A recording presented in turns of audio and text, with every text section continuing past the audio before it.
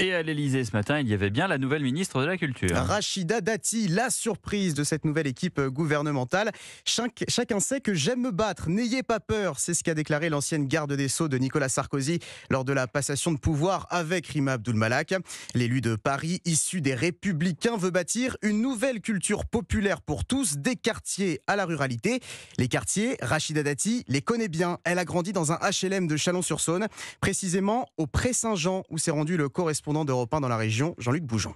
Dans le quartier populaire des Prés-Saint-Jean, le lien n'est plus tout à fait le même qu'en 2007, lorsque Rachida Dati avait été nommée garde des Sceaux par Nicolas Sarkozy. 17 ans se sont écoulés et l'enfant du quartier vit depuis longtemps à Paris. Pourtant, cette nomination au ministère de la Culture procure un sentiment de fierté aux habitants. On est fiers en fait d'elle qu'il est au ministère. Elle a bien réussi. Pour moi, c'est top, quoi. On est content pour elle. Pour moi, c'est un exemple. Quelqu'un qui réussit sa vie, qui va loin dans les études et tout ça, j'admire. Pour Mariam Nour, lycéenne de 17 ans, Rachida Dati est un modèle. C'est une femme maghrébine, venant de quartiers défavorisés. Et c'est très compliqué, mais elle a réussi. Ça nous prouve que même si on vient d'un quartier populaire, dans une petite ville, en Bourgogne, dans la campagne, on peut s'en sortir et aller très loin. Reste que, même dans son quartier, on a un doute sur cette nomination à la culture, doute exprimé par Véronique. Moi, je l'aurais mis au ministère de la Justice. À nouveau ? Oui, c'est un poste qui lui connaît très bien, elle a fait de très bonnes choses. La culture, c'est pas bien pour elle ? Mais si, c'est bien, mais je l'aurais vu ailleurs. Malgré tout, ici, on a l'espoir qu'un des premiers déplacements de Rachida Dati en tant que nouvelle ministre de la Culture